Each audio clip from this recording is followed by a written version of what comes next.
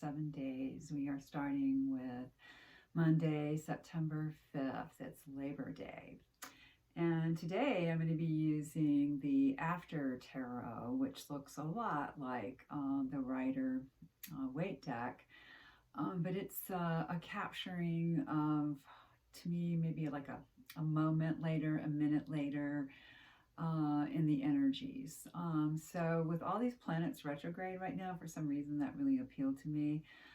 We have all the big outer planets in retrograde, and then next weekend when the moon goes into Pisces, about that time we have Mercury, one of the personal planets, going retrograde as well. So huge time of reflection, making more conscious choices, more harmonious choices for ourselves as we go forward. Feels like an awful lot is peeling away, and the good stuff is remaining and growing, more exposed once the stuff that no longer works for us, isn't so harmonious for us, is peeled away, let go, discarded. So I also drew a card from the Sacred Geometry deck, and so we'll talk about that at the end as well. So for today, Monday, the 5th of September, I got the 10 of Wands. Usually you have a person standing, walking, carrying all of those wands on the back.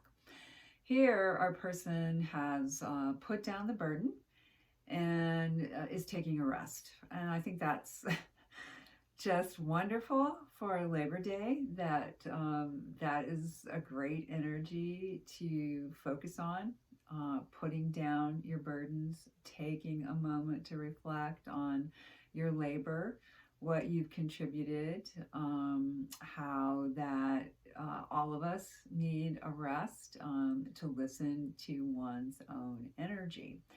So this can be very instinctual because it's fire, and it's the end of the minor cards. You know, it starts with the ace and then goes up to the 10, and then we move into the royal cards. So this being has just had it and is taking the much needed rest. Looks a little almost stupefied. I'll bring it up a little closer, with weariness.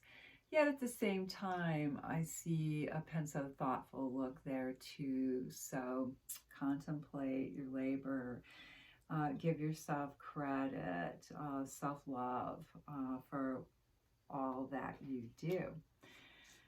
Then on Tuesday, which would be the start of the work week for a lot of people, we have the 2 of discs. So we have our person juggling here. And this one, you know, you have a ship. Again, trying to get that in closer for you, with people on the shore near it. And it almost seems like a little vision or dream that our juggler is having, or the juggler is there to balance out people's dreams. That's been a big topic today. So what needs to be put in balance? How can we advocate and produce steady, wholesome change for ourselves, a kind of change that we can integrate and feel good about? Moon is in Capricorn right now at the beginning of the week, so it's a good time to do practical things, especially in Virgo season. So you've got the earth sign, sun in the earth sign of Virgo, moon in the earth sign of Capricorn. So good time to look at structures, look at what sustains us and what doesn't, and then try to get that into balance for Tuesday.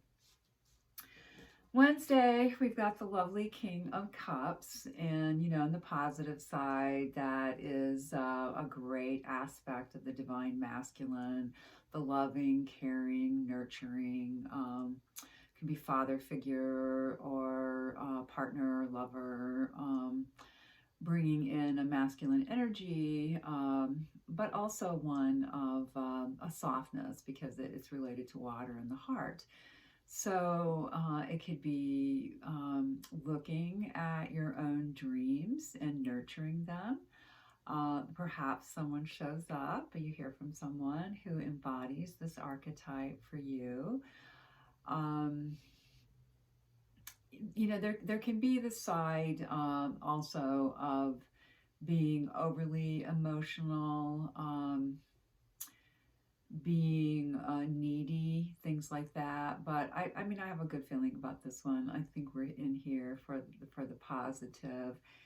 And you don't usually see the king pouring out the cup back into the water, but he's doing that, and to me that's also a symbol of giving back. All right, I've tasted this, this is good, let me pass it along to others.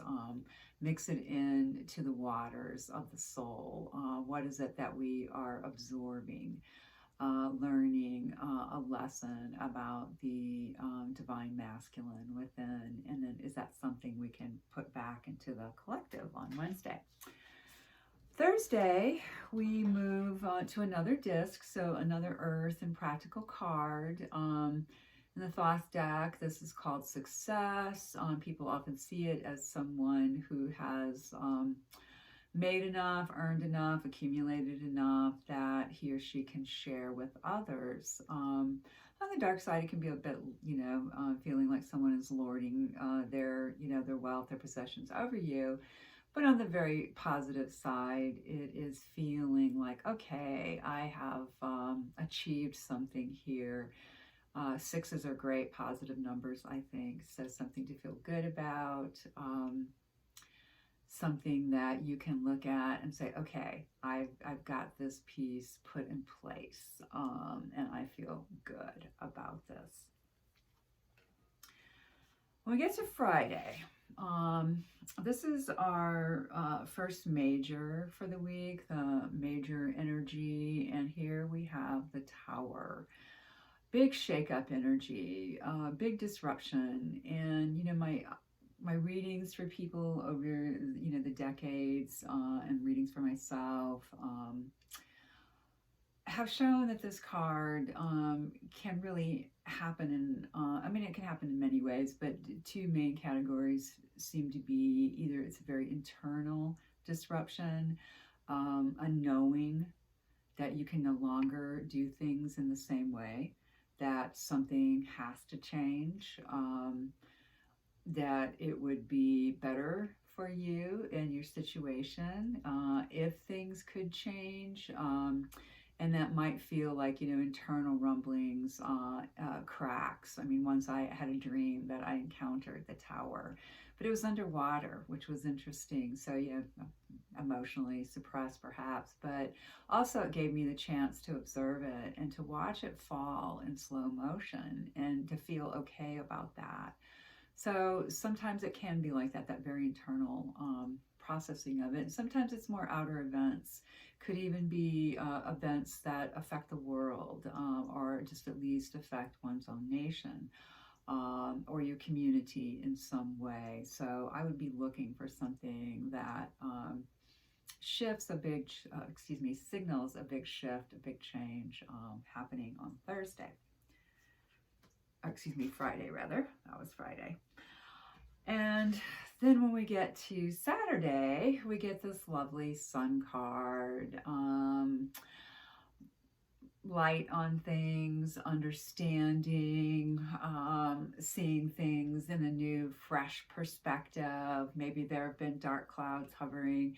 Maybe what happens on Friday with the Tower will give you a revelation about how this is a good thing going forward. And as we heal in this really powerful, this really potent way now on the planet, and learn to love ourselves and give up the old negative conditioning, having negative expectations is part of that, and using the imagination for the positive rather than letting ourselves be caught in cycles of worry, anxiety, things like that. So yeah, it's a big shift and something I'm working with, struggling with all the time.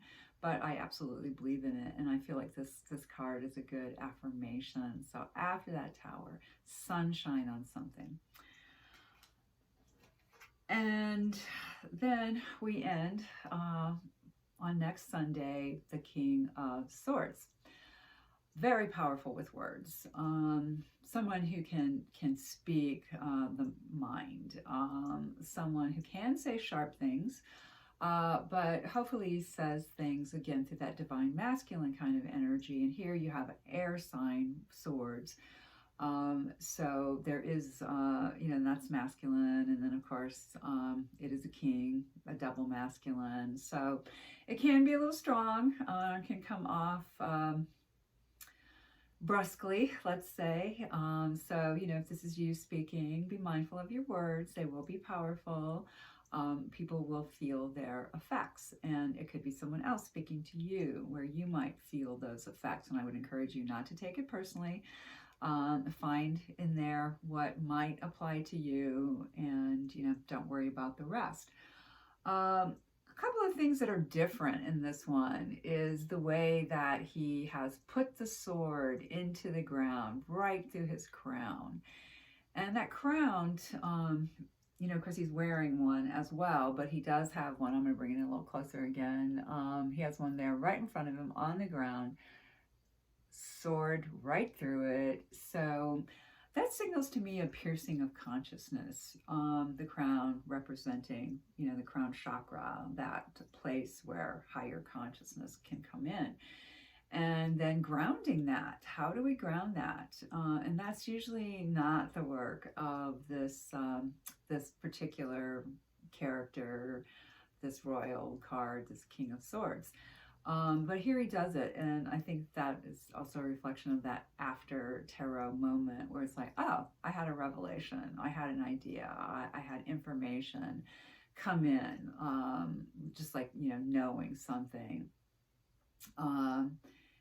And a kind of claircognizance, and yet it needs to be grounded. So I really like that crown is on the ground with that information, that inside perspective put down right in front of it. So recapping the week, the things that stand out to me are two majors. First, the Tower, the big disruption, and then the illumination of the sun the day after, so Friday and Saturday. Then also two kings, the more emotional, softer King of Cups on Wednesday, and then ending the week, or 7 days, next Sunday, with the King of Swords, a new perspective there. And the Labor Day card, the 10 of Wands. So, appreciating the energy that it takes for you to do your work in the world. And that doesn't have to be just a job. It can be, the many ways that we work as human beings. And then the grounding between the 2 of Discs on Tuesday and the 6 of Discs on Thursday, to make sure that we stop, we listen to our bodies, we stay hydrated, we eat, we, take care of our business. So I hope that helps. As always, you'll feel what is right for you. And then I encourage you always to let the rest go. Nothing here is meant to make you fearful, only to help empower you. So the Sacred Geometry card I pulled is the Golden Spiral. And I don't have these memorized, so I'm going to read from my book here for you. But I've always loved the Golden Spiral. I mean, as a poet, that's something, that we think about, proportions, how things are arranged to give a sense of movement and, maybe sacred movement. So this is what it says, that it's a card of divine proportion. It is the cosmic representation of ideal balance, universal harmony, and spiritual transformation. So I think it's just perfect for this week. The spiral is the blueprint of all nature and indeed of our humanness. From the double helix of our DNA to the spiral shape of galaxies, this piece of sacred geometry is container and accelerator of consciousness. So that's just wonderful. We need spaces. We need places to put the energy. You know, sometimes you'll hear somebody say, well, I'll hold space for you. Or, you know, as a yoga teacher, I try to hold spaces for my students, especially at the end in Shavasana. So how is it that we do that for ourselves? How does the universe assist us? So here is a way that, you know, it's a symbol we can meditate on, and it can contain us safely and accelerate that consciousness. So the card connects you with the primordial whirlpool of creation, the cosmic soup from which we all emerged. Contemplate the immensity of this connection. You are not separate from Source. You are not alone in the vastness of time and space. And that's one of the reasons I'm doing this, because I want us to feel the connection and realize we are going through this together, that we do have unity consciousness, that while we experience things in our separate little selves, we all make up one thing, and much of what we experience is shared. You are unity and oneness. You are connected to every particle of energy and light, to every wave and all of creation. Taking this into your everyday life, it becomes clear that there is no us and them, no separateness. Realize the sacredness of the golden spiral and rejoice in knowing that you are part of the life flow of the universe and one with all that is. So I think those are beautiful words, and I highly recommend that deck, or the Oracle cards, the Sacred Geometry. It's a wonderful thing. So if you're interested in a personal reading, you can find information both below in the description box on this video and then at the end. And you can reach me at tarotwithtanya@gmail.com. I hope you have a beautiful week.